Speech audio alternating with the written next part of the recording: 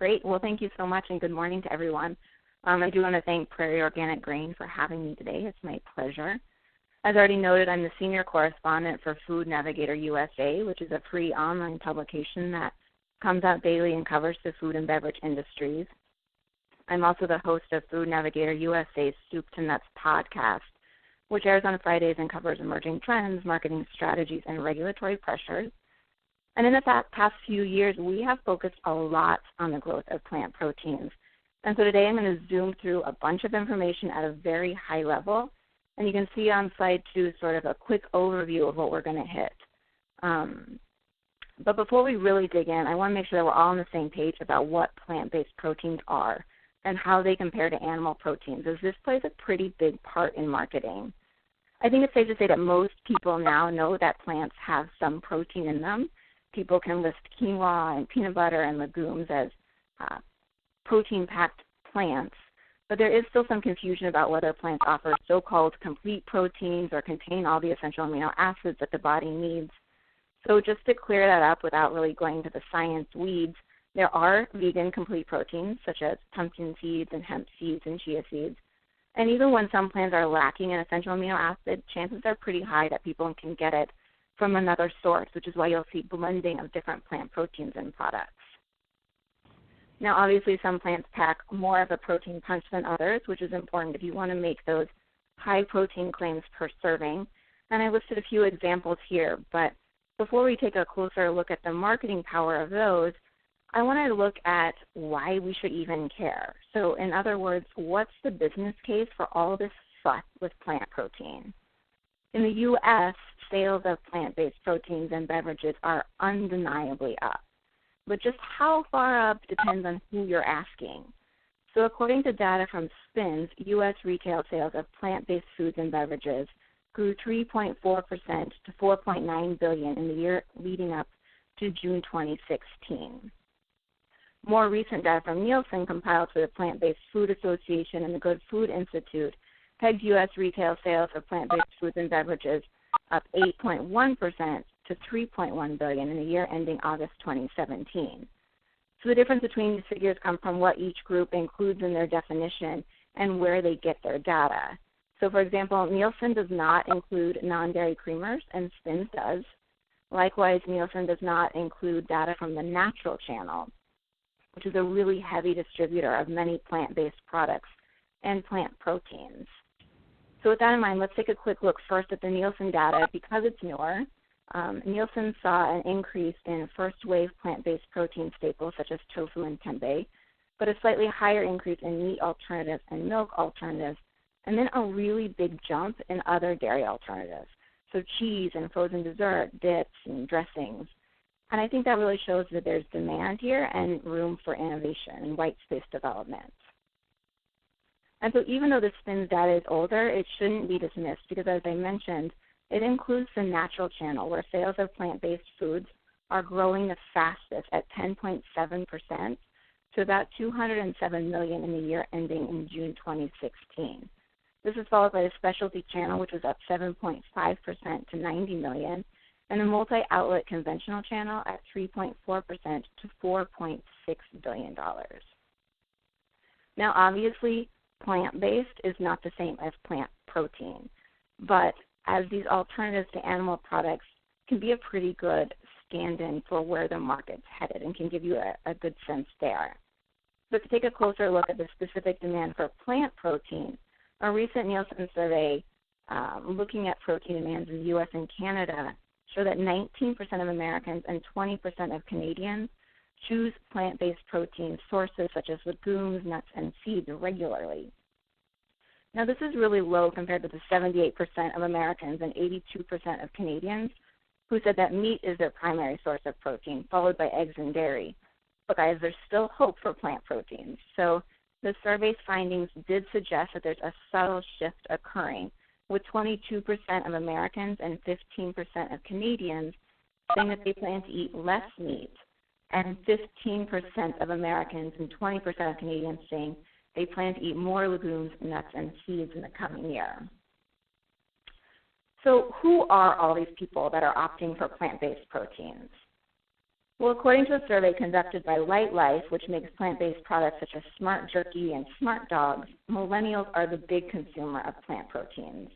In fact, it found millennials are more likely to reduce the amount of animal protein they consume than Gen Xers or baby boomers. Another report from Packaged Facts reiterates that younger consumers under the age of 40 are more likely to reach for plant proteins, and it found just 8% of baby boomers were likely to seek out plant protein, which I thought was pretty interesting and shows that they're the least responsive group. That report also pegs the U.S. vegan population at 6%, but notes that 36% of consumers report using meat alternatives. So this shows us that plant proteins are successfully reaching to carnivores and flexitarians too. And while there's a lot of data pointing to younger consumers as the primary buyers for plant protein, I really urge you not to overlook the older shopper who's being encouraged to use more plant, or rather more protein, whether from plant or animals, in their diets in order to keep up their strength and maintain health. So that's a pretty good place to look for increasing business opportunity. To better understand why, better understand who's buying plant protein, I think it's also helpful to look at why people are turning to animal alternatives. Health and wellness is obviously a major factor, as people see them as a way to get the macronutrient, but without those high levels of cholesterol and saturated fat that are associated with animal protein. Many consumers also are turning to plant-based proteins and products as a way to manage their weight, again because of the lower fat, but also because of the higher amounts of satiating fiber, so they just don't have to eat as much. Consumers also are turning to plant-based proteins to protect the planet. According to Packaged Facts, 2/3 of Americans are interested in sustainable food options and the environmental impact of their food choices. And it found 13% of consumers consider plant-based proteins to use fewer natural resources than animal options. Another surprising factor is cost.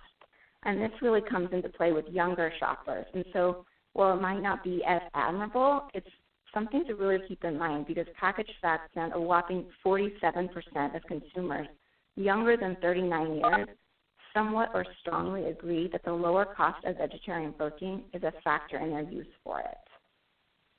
Kind of goes without saying that animal welfare is another reason that people opt for plant proteins.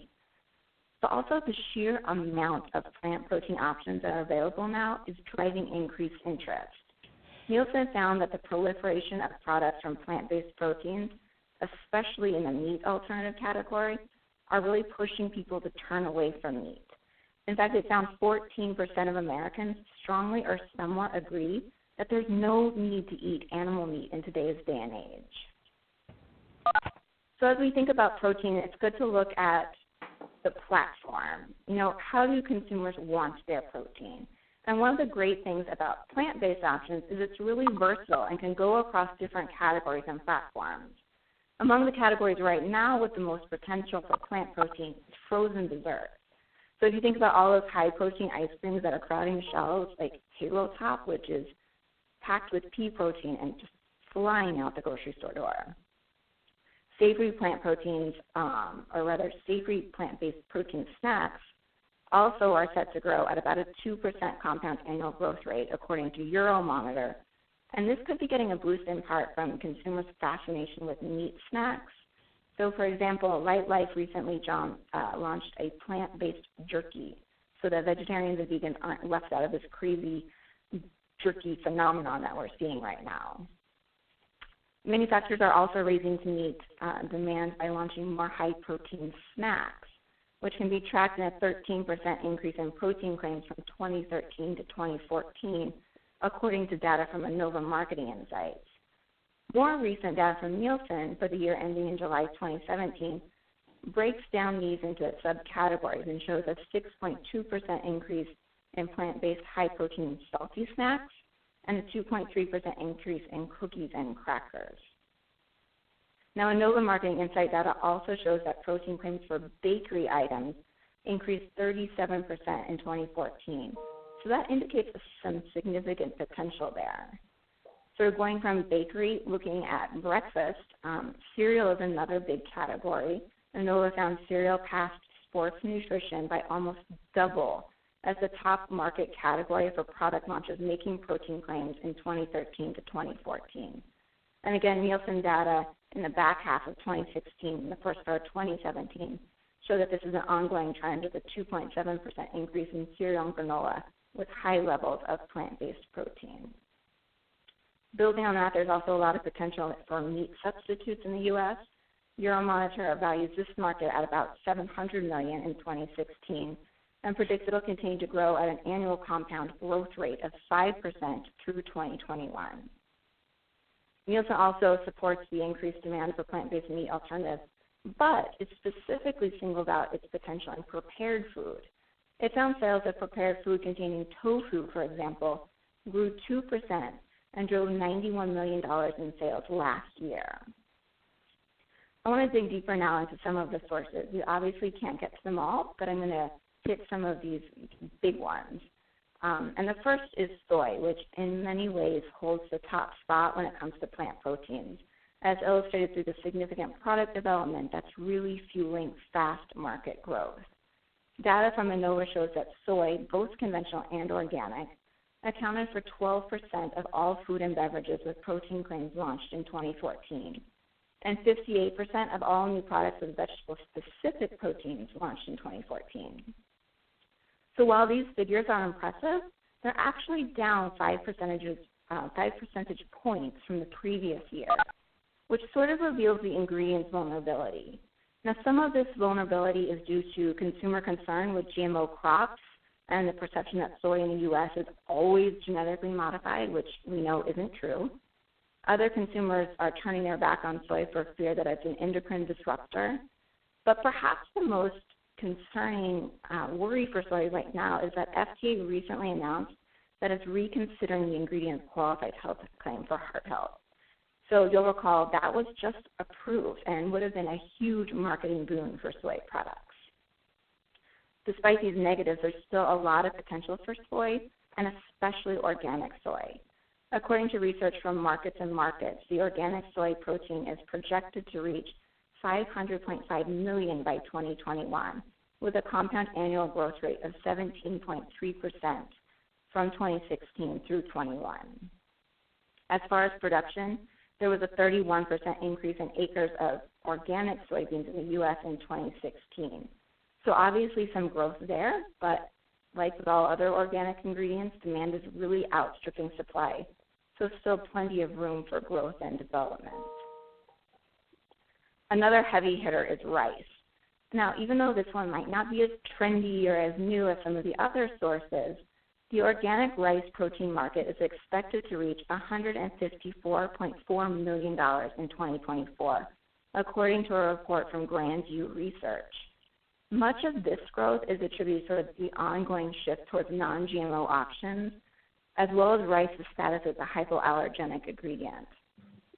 In addition, manufacturers like it because there's no added colors, no added sweeteners, and so that really increases its nutritional value and also its clean label attributes, which, as you know, is a huge deal right now.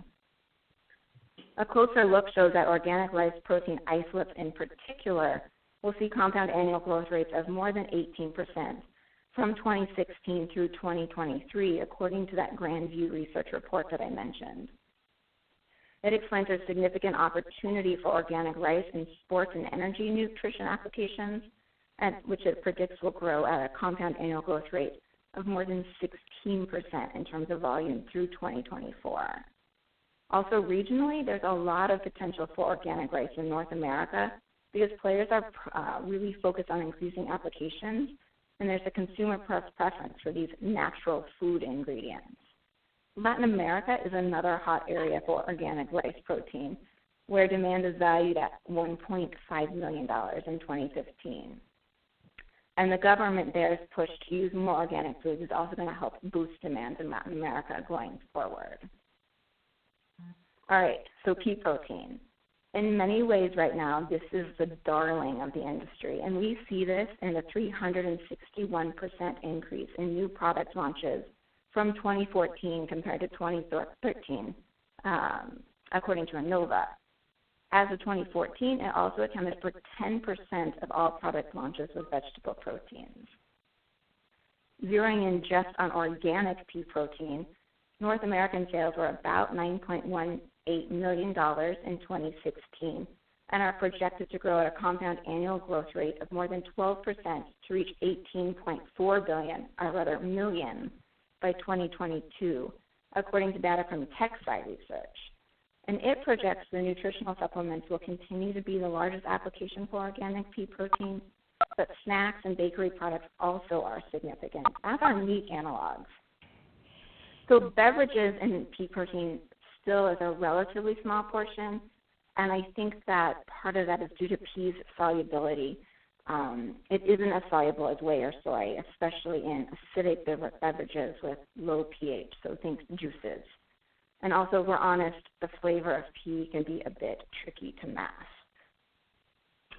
Speaking of flavor, hemp is another really popular choice among consumers and manufacturers, in part because it has that nutty taste that is preferred by a lot of consumers to soy or flax or chia. But it also has strong nutritional credentials. It contains 25 to 35% protein, as well as a lot of fiber and a lot of omega fatty acids.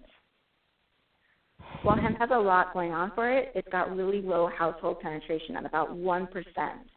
Part of this could be attributed to confusion about industrial hemp versus illegal hemp products. Another challenge holding it back is the limits on where in the U.S. it can be grown.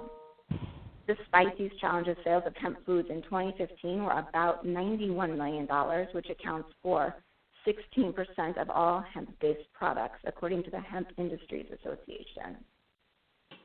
As for organic certification in hemp, as of 2016, NOP allowed the certification of industrial hemp, but only as long as it meets the organic standards, which is a given, but also is produced in accordance with the 2014 Farm Bill, which, as you guys know, is pretty restrictive. So hemp is kind of cool because it also holds a lot of potential for organic farming and not just finished products. The Rodale Institute is conducting a 4-year research project looking at the different varieties that have been bred to produce higher yields and better quality seeds and fiber, but it's also looking at hemp as a way to suppress weeds in organic farms and to improve soil health and sequester carbon. So there's actually a lot of potential here for that.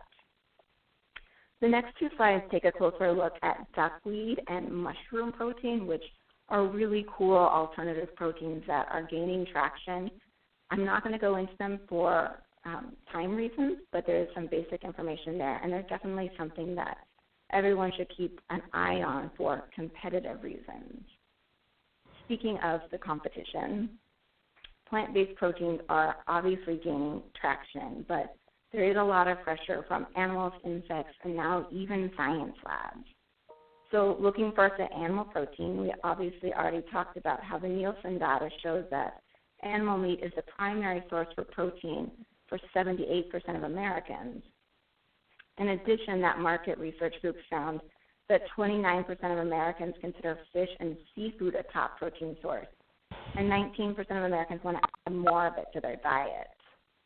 Meat producers can also be expected to fight back for market share. So, for example, the Beef Checkoff in the U.S. just relaunched its iconic Beef It's What's for Dinner campaign. And if you haven't seen it yet, it's packed with a lot of health information, videos on how to prepare meat to make it less intimidating, recipes. So it'll be interesting to see if that pulls folks back to animal protein. Insects are another source of protein, which is gaining ground in the U.S., not a ton, but some, and definitely shouldn't be ignored. Currently it's heavily reliant on cricket powder that's folded into bars and chips and other snacks. But at least one company is making a pasta sauce with real worms and crickets, and it's working on other animal replacements like nuggets and burgers. Finally, I want to call your attention to cellular agriculture, which is no longer theoretical or a futuristic concept. It's really here.